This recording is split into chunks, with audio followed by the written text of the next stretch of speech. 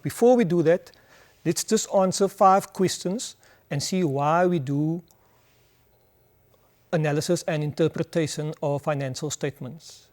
Very often there is 5 questions that we have to answer regarding analysis and interpretation, and then we have to use the financial indicators. Okay? So in your workbook for the telematics, the second and the third term,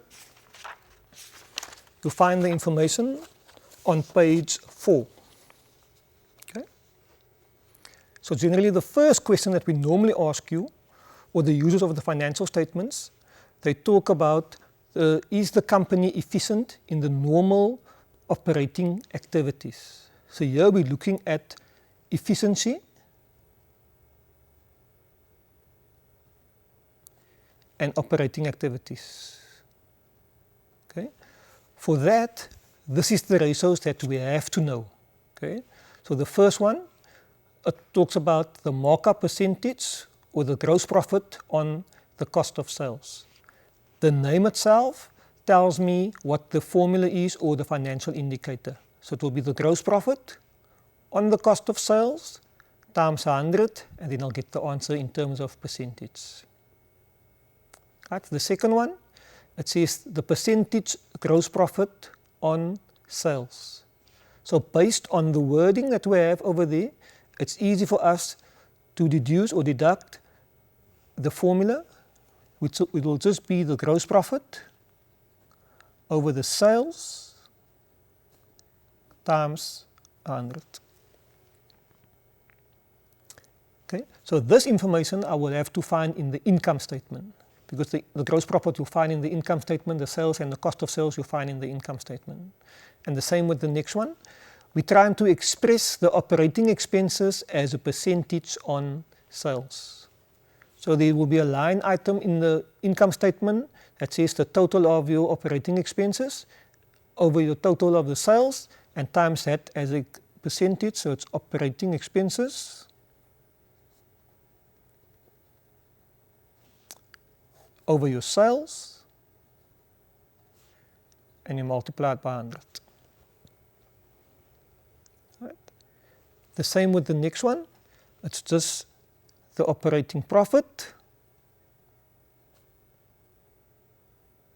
So where do we find the operating profit? That will be at the bottom of the income statement, just before you get the note for interest income and interest expense. You'll have a line item called operating profit. So here it will just be the operating profit over your sales times 100. And the same with the next one. It says the net profit after tax, so that will be the bottom line of the income statement.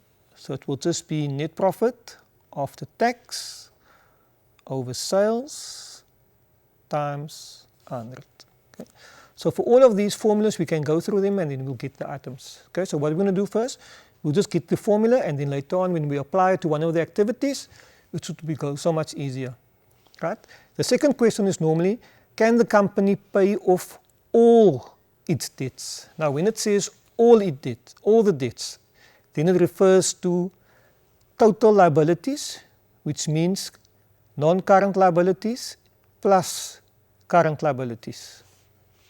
So it's non-current liabilities plus the current liabilities. That's the solvency, which means the ratio will be total assets is to total liabilities. Right. Then we get to the liquidity. Now the difference between the solvency and the liquidity. Solvency talks about paying off all the debts. Solvency talks about paying off all the debts, and liquidity only talks about paying off the immediate or the short-term debt. Okay, so again, liquidity, the ability to pay off the short-term or the immediate debts, but solvency, the ability to pay off all the debts. And if the business is not capable of paying off all the debts, then we say they are insolvent. That's where that insolvent, a debtor has gone insolvent. That's where that comes from. Okay? So straightforward, this is the favorite ratios that we should know. The current ratio would just be the current assets is to current liabilities. Then we have the asset test ratio, which will be the current assets minus the inventory is to current liabilities. Then we have the two stock ratios. The one says the stock turnover. Now your stock turnover ratio should be as high as possible. That means stock is coming in and going out very fast. So the stock turnover ratio or the stock turnover rate must be as high as possible. And if the stock turnover ratio is high, then the stock holding period will automatically be low, because the ratios are the inverse of one another, right? Like the stock turnover says I must have cost of sales over average stock. Now when we talk about average stock, we mean the stock of the first year plus the stock of the following year and half of that. So it will always be, as soon as you see the word average, then it will be half the stock, meaning half the stock of the first year plus half the stock of the second year. And like I said earlier, the stock holding will be the inverse, which means you'll have average stock on top and cost of sales at the bottom. But this ratio you have to multiply with 365 if you want the answer in days, or you have to multiply by 12 if you want the answer in months. So this, because we're multiplying by 365, the answer will have to be in days. But the unit for this stock turnover rate will be so many times. In other words, how many times did the stock come in and how many times did the stock leave the business as soon as possible. Right, then the last two with liquidity, we're talking about the debtors average collection period. Debtors average collection period, meaning how long do the debtors take before they pay, or how long do the debtors take before they pay the debt to us. In other words, we need to get the money after 30 days. Our 30 days, if the debtors normally take longer than 30 days to pay, then we will have liquidity problems. Okay? And the creditors average payment period, meaning how long do we take to pay the creditors? We want to negotiate normally a period of 60 to 90 days to pay the creditors. Okay? So the formula for these two items, average debtors on top. So again, average debtors will be the debtors of the first year plus the debtors of the following year, half of that, over your credit sales. And because we want the answer in days, you have to multiply by 365. Okay? So why is it credit sales and not just sales? Because sales consist of cash sales and credit sales. But the only time we have debtors is when we sell on credit. Okay. Then the last one in the liquidity, it will just be the average creditors over your credit purchases. Okay. Now in most cases, your purchases is equal to your cost of sales, if they mention that. Right? You have to multiply it by 365 because you want the answer in days. Okay. These ratios were all the ratios that you had to know from grade 10 and in grade 11. Then we get to the grade 12 ratios, where we're talking about shareholders. So the shareholders ratios will be the first question that we have to ask. They ask you, are the shareholders earning a fair amount in relation to their investment? So in other words, what return are the shareholders getting on their investment? So we're always going to look at the return. And whenever we see the word return, we will have to look at the net profit after tax. Okay, whenever we see the word return, we have to look at the net profit after tax. Right? So now it says return on shareholders' equity. Now remember, it's also return on owners' equity. Return on shareholders' equity, these are the ratios that we have to do for the grade 12 ones. Okay? The other ones, they were all for grade 10 and grade 11. So the return will be net profit after tax over average shareholders' equity. And you multiply with 100 because we want the answer to be in percentage. What are the percentage return that they are getting? When we're talking about earnings per share, they also call it EPS.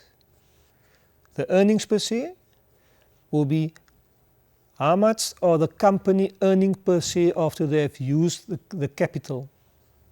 So for the earnings per share, it will be the net profit after tax over the number of shares issued. Net profit after tax over the number of shares issued times with 100 because we want the answer this time to be in cents. When we talk about dividends per share, or they also abbreviated having DPS, it will be the dividends on top, meaning interim and final. So it will be the total dividend over the number of shares issued. Times with 100 because we want the answer to be in cents. But then the net asset value, that refers to what is the net worth of the shares. Okay, so the net assets, if we know the accounting equation, we know that assets equals owner's equity plus liabilities. So the net assets will be the assets minus the liabilities, then we're left with owner's equity. Okay? Therefore, the formula for net assets will be shareholders' equity over the number of shares issued. So it's going to be ordinary shareholders' equity over number of shares issued. Multiply with 100 because we want the answer to be in cents. In the last two financial indicators, talks about the financial risk or the gearing. In other words, to what extent are the company being financed by own capital or foreign capital. And those two ratios are the debt equity, which is expressed as a ratio that will be non-current liabilities, which is the long-term loan or the mortgage loan, is to ordinary shareholders' equity.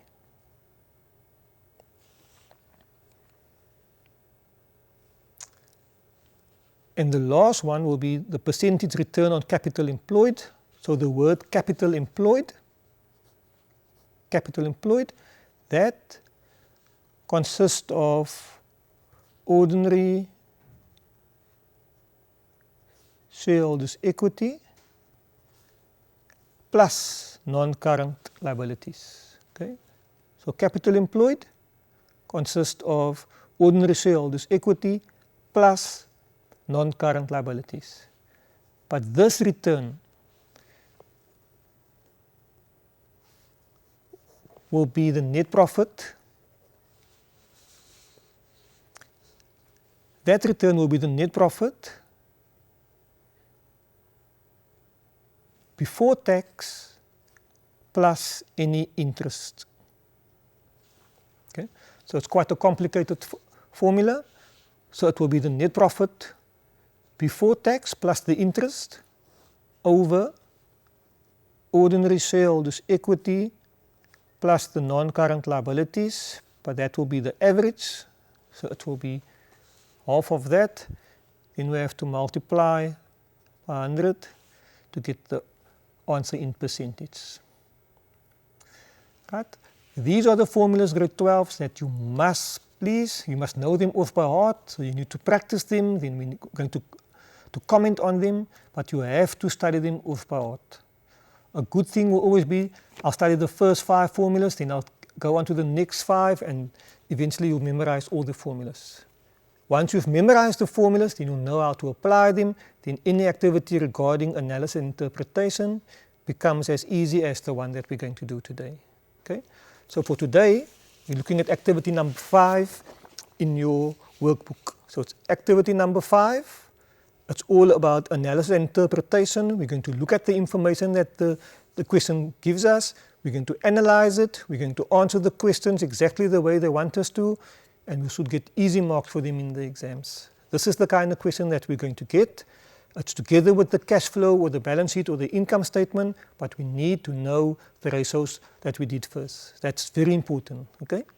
So if you're looking at activity number 5 in your workbook, you have the answer book.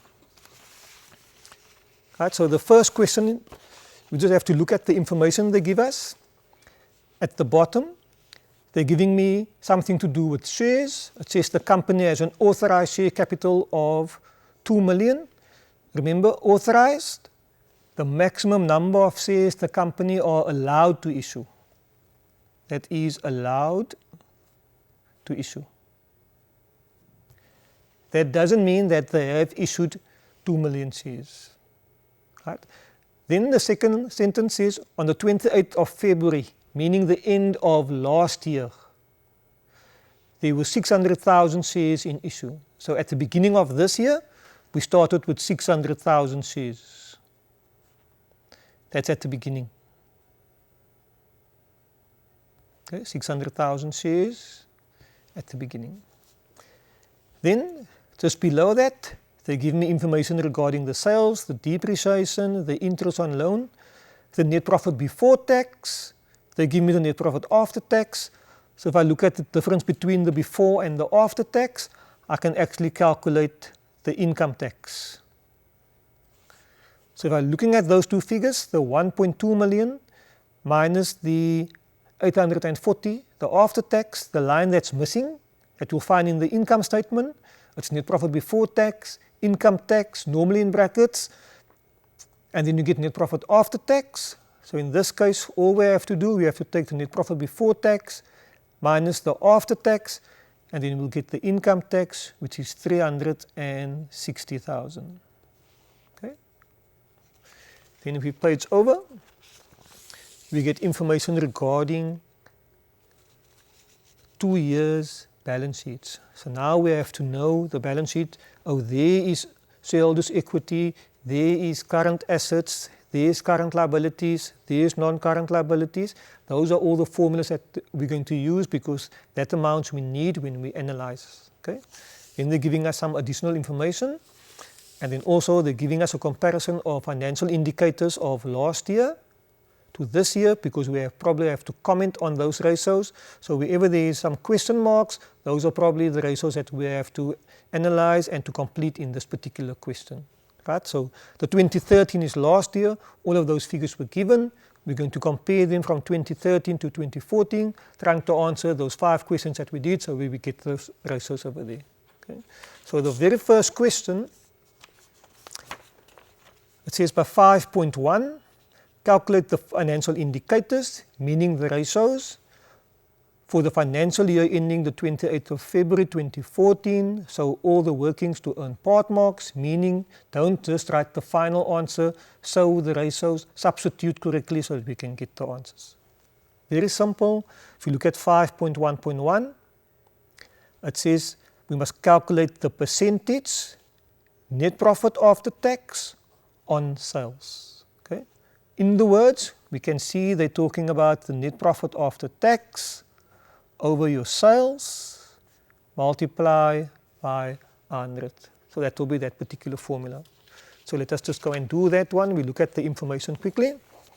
So we're going to need the answer sheet, which is 5.1.1. That's where we're going to fill in the formula. So the formula is going to be net profit after tax over your sales, multiply with 100, and then we'll get the answer. Okay. So what we have to do now, we have to look at the information to find the net profit after tax. So the net profit after tax you find in your income statement. They're giving us before tax and they're giving us after tax. So we will take the after tax.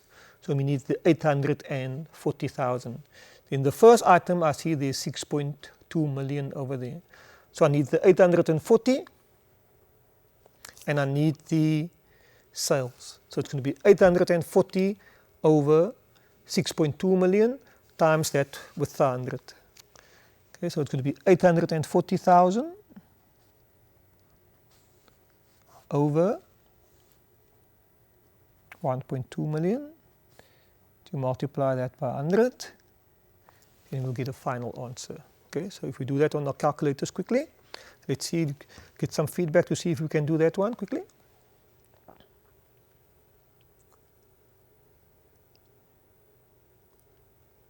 Okay, right. So let's do that quickly. So if we have the 840,000 divided by 1.2 million times 100, 840,000 divided by 1.2 million times 100. Right. So we have an answer. Sorry, it's 6.2 million. It's 840,000 over 6.2 million. And that will give me 13.5%. That's your answer. Okay. So all we have to do is just the net profit after tax over your sales. We multiply with 100 and we get the answer in percentage. Right. Next one, they ask for calculate the debt equity. Right. So from the previous page, we know that the debt equity, non-current liabilities, is to shareholders' equity. Okay. But they only want the figures for 2014. Right. I see we have an answer here for the debt equity, which means the learners are eager and they're working with us. Let's just check if the answer is correct. Well done if it is. Right, so what are we looking for? We're looking for non-current liabilities. There it is. And we're looking for ordinary shareholders' equity. There it is. We express that as a ratio. So it will be 2.1 million is to 5,091,250. Right. Those are the figures that we need. So once again, quickly, the ratio says non-current liabilities is to shareholders' equity. So there we have the non-current liabilities for 2014, which is 2,100,000.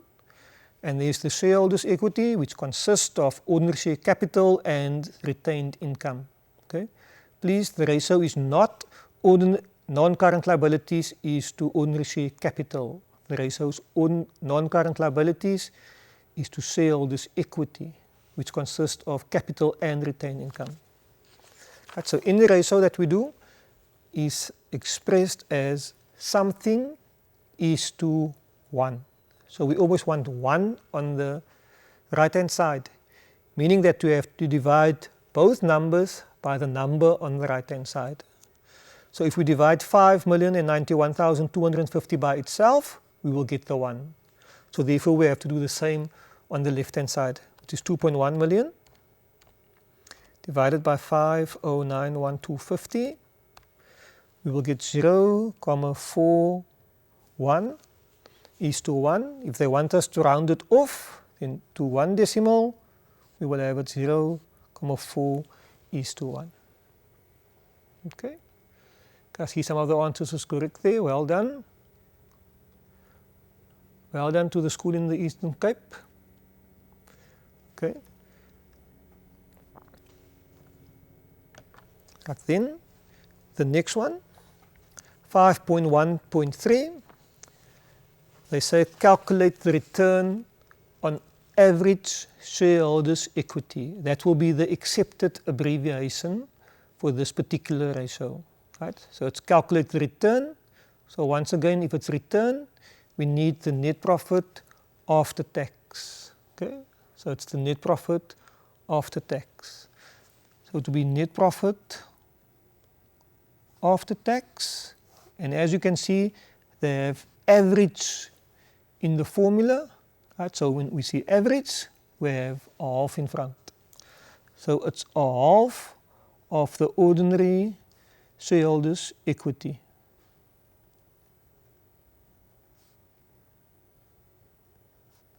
Meaning the first year plus the second year, half that, and you multiply that. Okay?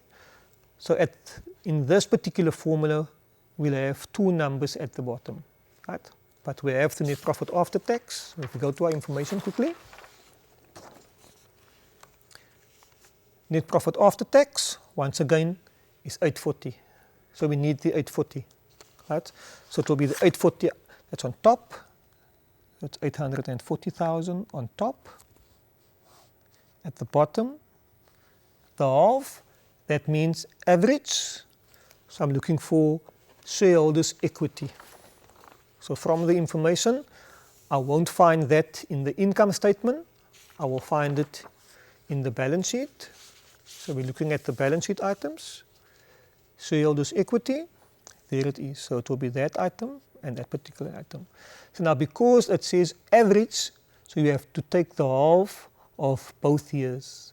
Okay. As soon as you see the word average, then you must know you have to take the 2013 figures, which is the opening balance, and the 2014, which is the closing balance. So the average will be half of those two figures. So it's going to be 4 million.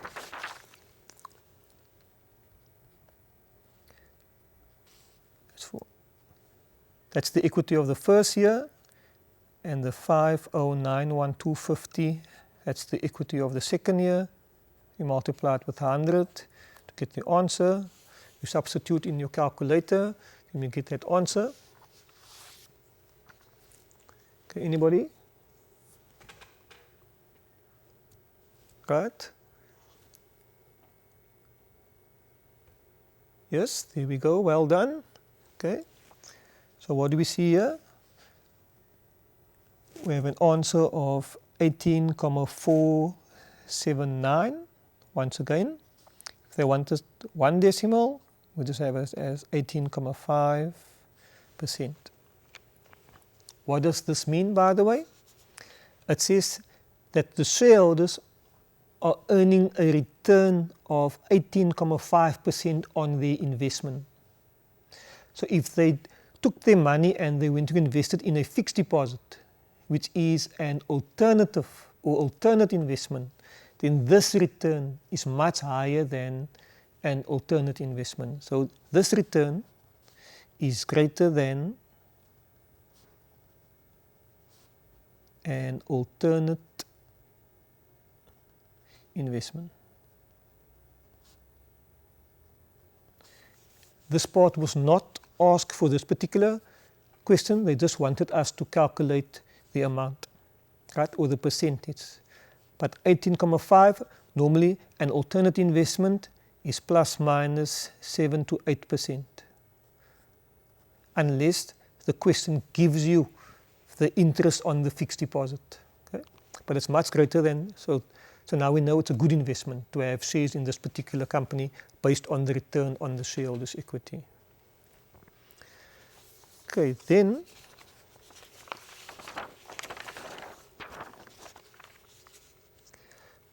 (5.2), they say that the directors are of the opinion that the operating efficiency, that is the part that should trigger something with me, has improved.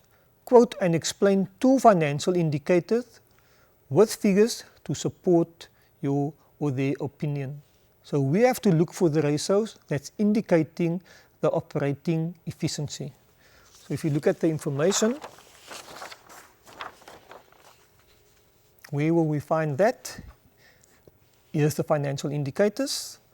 The first one talks about net profit after tax, which is an indication of the operating efficiency. The same goes for the operating expenses on sales. That is also an indication of operating efficiency, and also operating profit on sales. So the first three indicators all talks about operating efficiency. And remember, that question mark will now be replaced with our first answer, which was 13.5%. So that will be 13.5% over there. Okay. Already we can see there was an improvement. Okay, so now all we have to do, we have to answer 2, but I'll put in all 3, then we can see. Whenever we have to comment or we have to quote, because it always says, quote and explain 2 financial indicators with figures to support their opinion. So this is the type of question that you have to answer as follows. Okay? First of all, we're going to look for the financial indicator. So it's going to be financial indicator. Then we're going to talk about the trend. The trend meaning the increase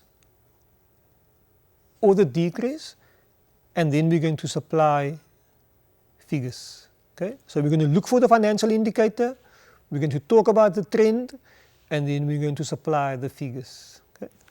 And then it becomes very easy. Okay? So the first one we can talk about, it says the net profit after tax. So that is the financial indicator. So you're going to say net profit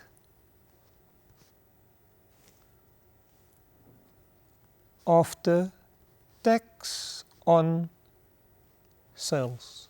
We're mentioning the financial indicator. What is the trend? That's the question, right?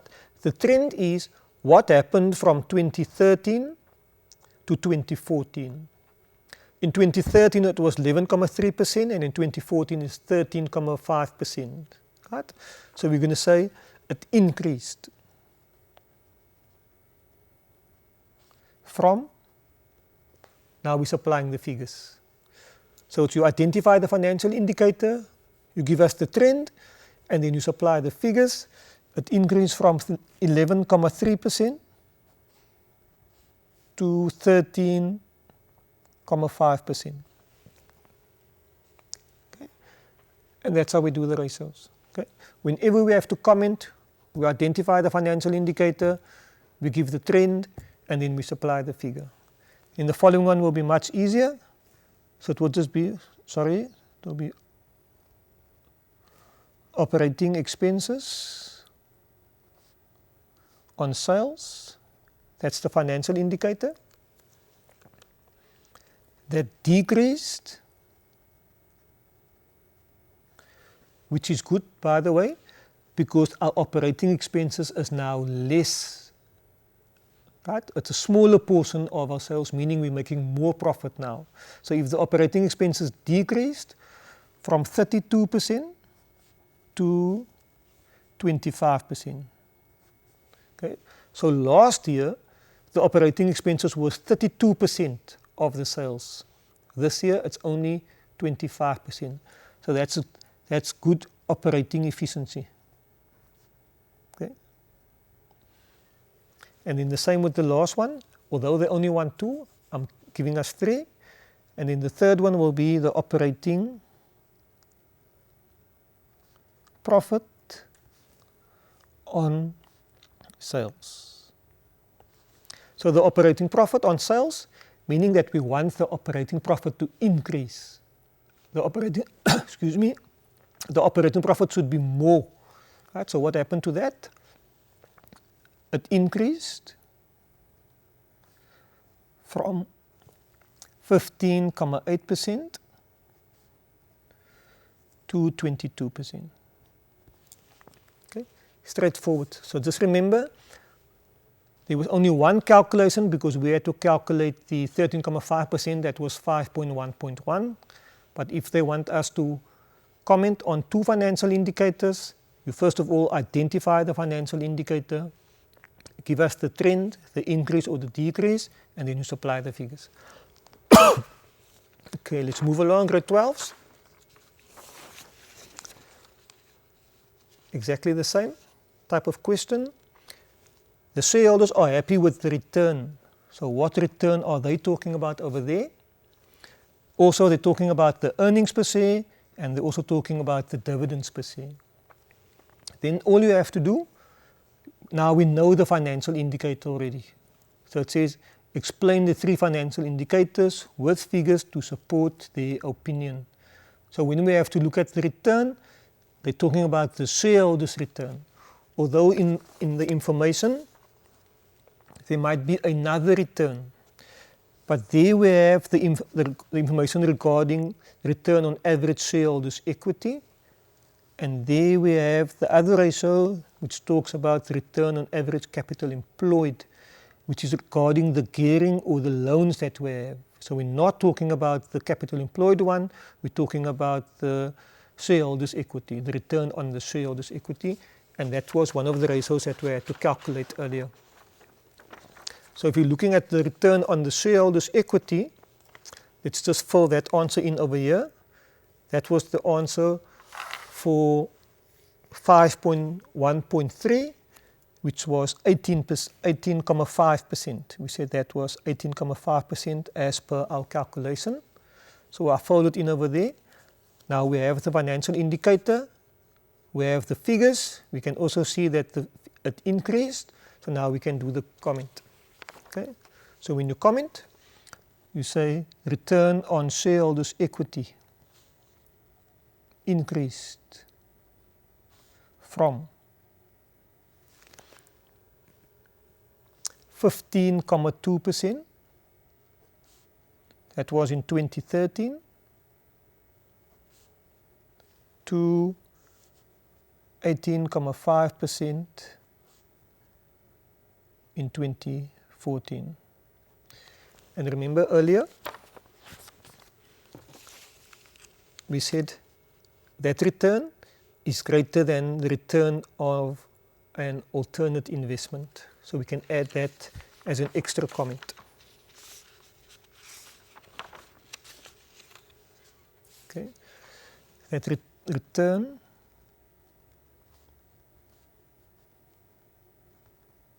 is greater than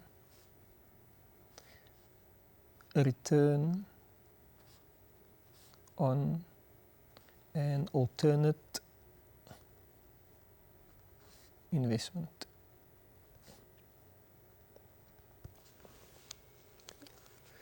When we're talking about ROTCE, once again, you identify the financial indicator, the trend, and we supply the figures, 15.2% in 2013 to 18.5% in 2014. That particular return, in fact for both years, was a return greater than the return on an alternate investment. The alternate investment is a fixed deposit. In other words, instead of investing the money in a fixed deposit, it's better to have shares in this company because the return is much greater. Okay, that's what that means. Then once again, comment on the earnings. So obviously they're talking about the earnings per share. Okay, we weren't required to calculate that ratio. So all we have to do, we just have to look at the figures straight from the information. It says EPS. Last year it was 90 cents, and this year it's 114%. So you can see the trend. It's increasing from 90 cents per share in 2013 to 114 cents per share in 2014. So EPS increased from 90 cents in 2013 to 114 cents in 2014. Okay. Just once again quickly. EPS increased from 90 cents to 2013, and we can see there is an improvement in EPS. So it's an improvement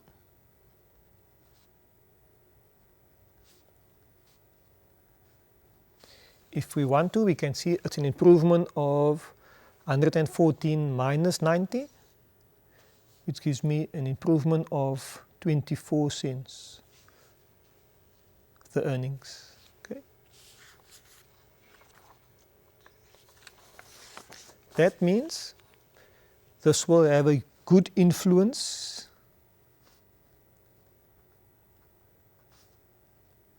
on the share price.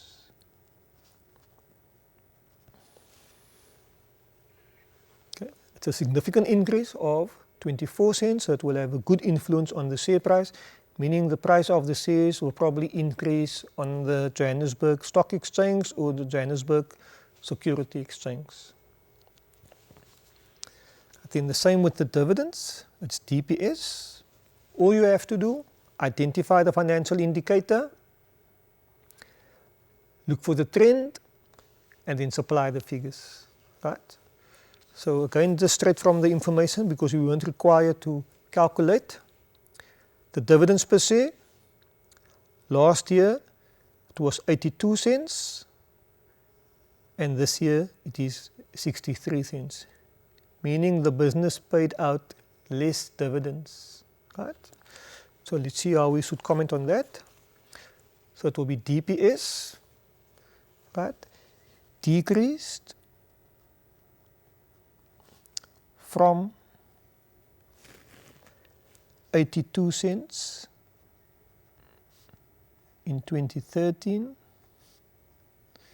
to 63 cents in 2014. Okay. So if we're looking at these, the earnings per share in 2013 was 90 cents. That was the earnings. And the earnings in 2014 is 114 cents. So if I'm looking at last year, the earnings was 90 cents. And the company only paid out 82 cents. That means that the retained income per share, which can be written as that, was 8 cents per share. Right? And if I look at it this year, the retained income per share is much greater. So they're paying out less dividends. It's because they're keeping some money back in the form of retained income for future development. So the company, they are retaining more income, right? They're earning 114 cents per share, but they're only paying out 63 cents. So how much are they retaining? It's 114 minus 63 gives me 51 cents. So they are retaining more money this year, right? Because last year they only retained 8 cents, which was the difference between the earnings and the dividend payout. So they earned 90 cents, they paid out 82 cents, which means they kept back 8 cents. And this year, they earned 114 cents, they're paying out 63 cents in the form of dividends, so they are retaining 51 cents. Right, so then the extra comment here, it will be that the company is now retaining more money.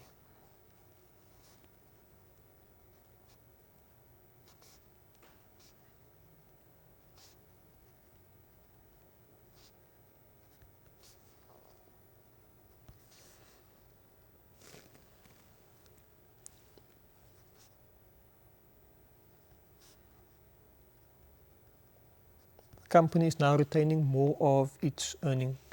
Last year they kept back 8 cents, or right? The dividends was 82 cents last year, they earned 90 cents. So the retained income per share was 8 cents. This year the earnings was 114 cents, they only paid out 63 cents, they're keeping back 51 cents. Okay, let's move on. Question 5.4. they're asking us the new shares were issued. There we go. New shares were issued at the beginning of the year at the price of 10 Rand. Okay. As an existing shareholder, would you be satisfied with the issue price? Quote 2 financial indicators with figures to explain your opinion. So whenever they're talking about shares and shares being issued, if there's no repurchase, we have to look at the NAV, which is the net asset value, and we also have to look at the market value. Okay. Now we know that the new shares were issued at 10 Rand. It says the new shares were issued at 10 Rand. As an existing shareholder, would you be satisfied with the issue price? Quote 2 financial indicators to explain your answer. So if you're looking at the financial indicators, right, and I see right at the bottom, one is the market value, meaning that this is the price what the shares is being sold at on the Johannesburg Stock Exchange, and just above that it says the net asset value. We don't have to calculate any of those items. Just remember that we sold these shares at 10 Rand, or 10 Rand equals 1,000 cents. So we issued the shares not only at more than the market value, but we also issued the shares at more than the net asset value. So that is the 2 financial indicators that we have to quote. We have to mention those figures, and that's how we have to put them in the answer. Okay, so let's go. What we'll do, we'll first answer the financial indicators, and then we'll talk about whether we have to answer the yes or the no. Right? So it says, quote 2 financial indicators with figures to explain your opinion. So the first one is going to be net asset value. Right? Net asset value for 2013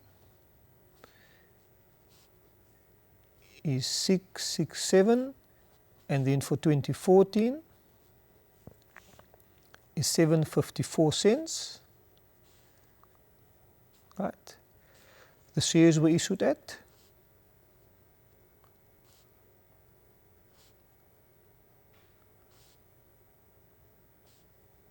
R10,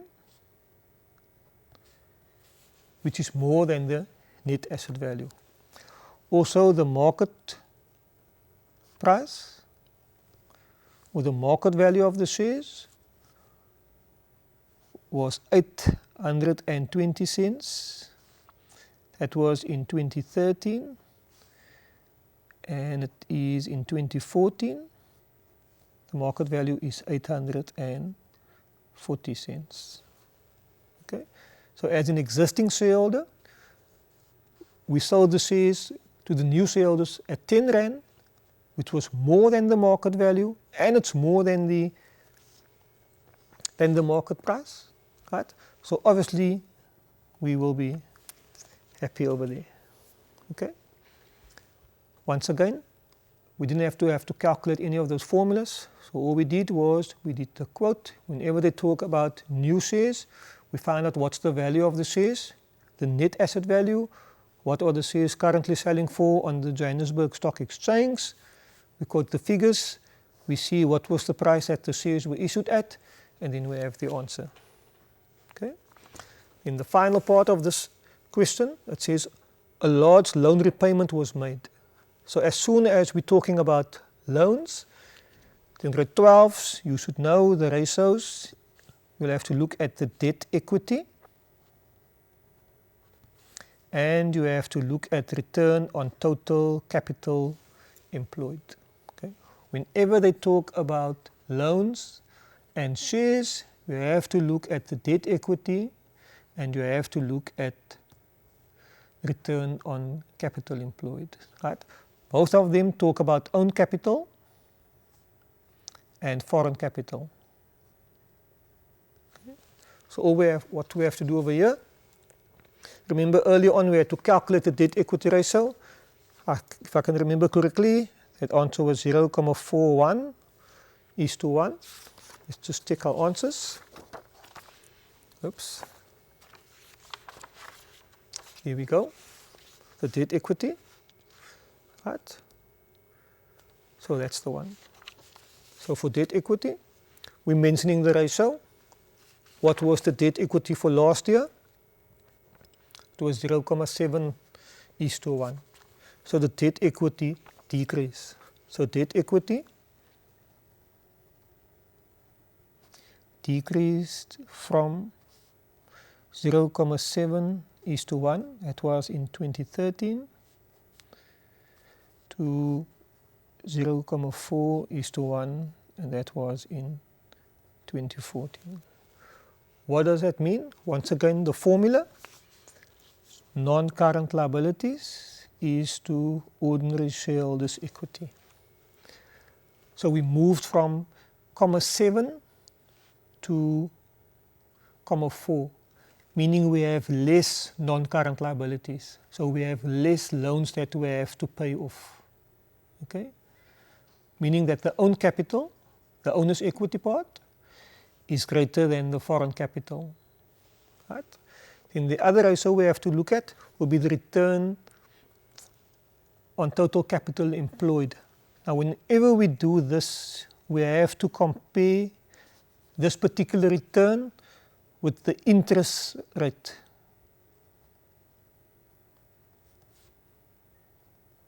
The interest rate of a loan.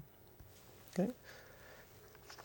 And if we look at the information, it says debt equity, and then it says interest rate on borrowed funds, meaning 8%. So now we know that this particular return has to be more than 8%. Then conditions will be favorable to have loans because our return is much greater. So let's just see what happened with that particular return. Return on capital employed, it increased from 15.2% to 19.6%. So the 15.2, that was in 2013, and the 19.6 was in 2014. Can you see that the 19.6% is much greater than the return? Meaning that while we're using borrowed funds, we're getting a return of 19.6%, and we only have to pay the banks 8%. So the conditions for us to have loans is actually favorable. So it might not have been a good idea to pay back some of that money because the conditions are favorable. Okay? And the same over here. Why is the debt equity decreasing? Because we made the non-current liabilities less by paying off a certain amount of the loan. We can also look at that and we can find out how much of the loan did we pay back. The non-current liabilities, last year it was 2.8 million, now it's 2.1 million, meaning that we paid back 700,000. Right? So conditions is actually favorable.